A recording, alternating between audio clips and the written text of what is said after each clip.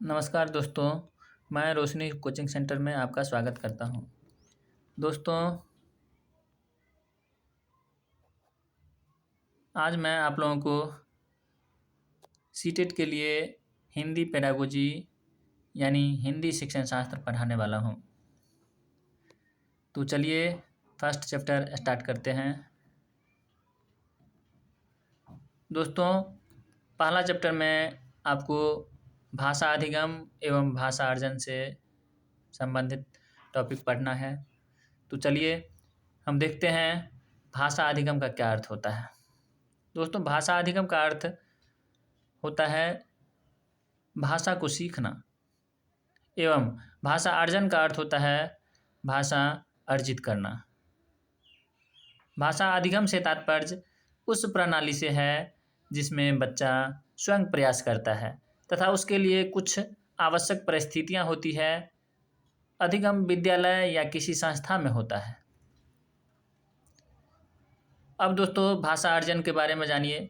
भाषा अर्जन अनुकरण के द्वारा होता है। बालक अपने आसपास के लोगों को बोलते, लिखते, पढ़ते देखता है तथा अनुकरण के द्वारा उन्हें सीखता जाता है। इसमें बच्चे को कोई प्रयास नहीं करना पड़ता है। भाषा अर्जन की प्रक्रिया सहज और स्वाभाविक होती है। दोस्तों, अब भाषा अर्जन से संबंधित कुछ महत्वपूर्ण बिंदुओं पर विचार करते हैं। पहला बिंदु है भाषा अर्जन मुख्यतः भाषा का मातृभाषा का होता है, अर्थात मातृभाषा अर्जित की जाती है, न कि सीखी जाती है।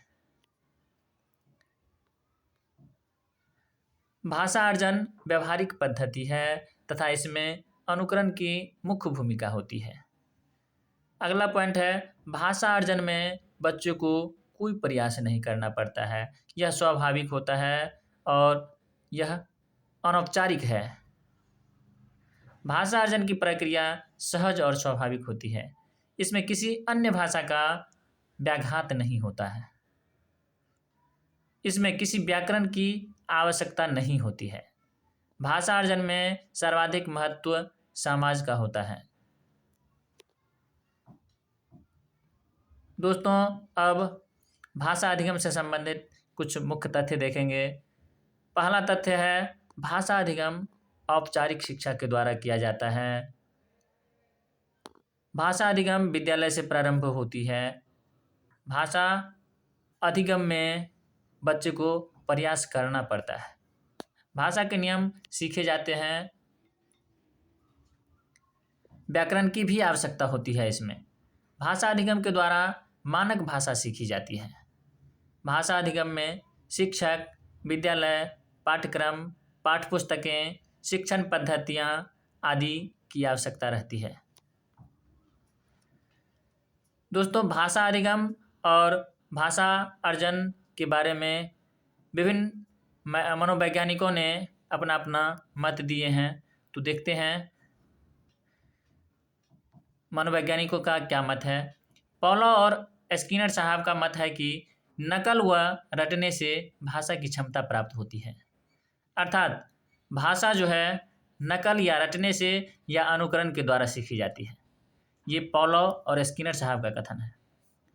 चॉम्स्की साहब कहना चाहते हैं कि बच्चों में भाषा अर्जन की क्षमता जन्मजात होती है, अर्थात बच्चों के दिमाग में एक LED डिवाइस पाया जाता है, यानी लैंग्वेज एक्विजिशन डिवाइस। और इनका ये भी कहना है कि बच्चों के दिमाग में एक यूनिवर्सल ग्रामर होता है, जिसको हिंदी में सार्वभौमिक व्याकरण कहते हैं, जिसके कारण बच्चा में भाषा अर्जन की जन्मजात क्षमता पाई जाती है। प्याजे साहब कहते हैं भाषा अन्य संज्ञानात्मक तंत्रों की भांति परिवेश के साथ अंतःक्रिया के माध्यम से ही विकसित होती है। और प्याजे साहब का एक मत और है कि बच्चों में पहले विचार आता है, बाद में भाषा। और वैगोस्की साहब क्या कहते हैं, देखिए, बच्चों की भाषा समाज के साथ संपर्क का ही परिणाम है। यानी वैगोस्की साहब समाज पे बहुत जोर देते हैं और इनका कहना है कि समाज के संपर्क में आकर के ही बच्चों में भाषा का विकास होता है। यानी बच्चों में भाषा पहले आता है, विचार बाद में। ये वैगोस्की साहब का कहना है। तो दोस्तों अब भाषा अर्जन और भाषा अधिगम के कुछ महत्वपूर्ण बिंदुओं पर विचार करते हैं। अब देखिए, आइए देखते हैं। मानक भाषा अथवा द्वितीय भाषा सीखने में मातृभाषा का व्याघात होता है। स्कूल आने से पूर्व बच्चे अपनी मातृभाषा का प्रयोग जानते हैं। बच्चे स्कूल आने से पूर्व ही अपनी भाषाई पूंजी से लैस भी होते हैं। बच्चे को जब विद्यालय पहली बार आते हैं तो उस समय में कोरी स्लेट नहीं मानना है। बच्चे अपनी भाषाई पूंजी से उस टाइम में लैस होते हैं, चाहे वो मानक भाषा जानता हो या ना जानता हो, लेकिन मातृभाषा अवश्य जानता रहता है। गृह कार्य यानी होमवर्क बच्चों के सीखने को विस्तार देता है। प्राथमिक स्तर पर शिक्षा का माध्यम बच्चों की मातृभाषा होनी चाहिए। यानी कक्षा 1 to 5 के लिए नई शिक्षा नीति में भी यह अनिवार्य कर दिया है कि ये शिक्षा का माध्यम मातृभाषा ही होनी चाहिए। प्राथमिक स्तर पर बच्चे को भाषा सिखाने का मुख्य उद्देश्य यह होता है कि बच्चा जीवन की विभिन्न परिस्थितियों में भाषा का प्रयोग कर पाए। अगला पॉइंट है, कक्षा में बच्चे के मातृभाषा को सदैव सम्मान देना चाहिए।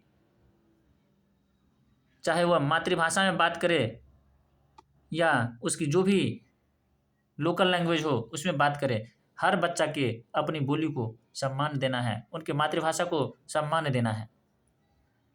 कक्षा में भाषा की विविधता संसाधन के रूप में कार्य करती है, यह कभी भी बाधक के रूप में कार्य नहीं करती है। इसलिए दोस्तों विविधता को संसाधन के रूप में देखना है और विविधता बहुत ज़रूरी है। प्राथमिक स्तर पर बच्चों को भाषा प्रयोग के अधिक से अधिक अवसर देना चाहिए ताकि बच्चों में भाषा का विकास हो सके और यह भाषा शिक्षण के लिए सबसे अधिक आवश्यक है। तो दोस्तों इस प्रकार पहला टॉपिक भाषा अर्जन और भाषा अधिगम से संबंधित था जो समाप्त हुआ।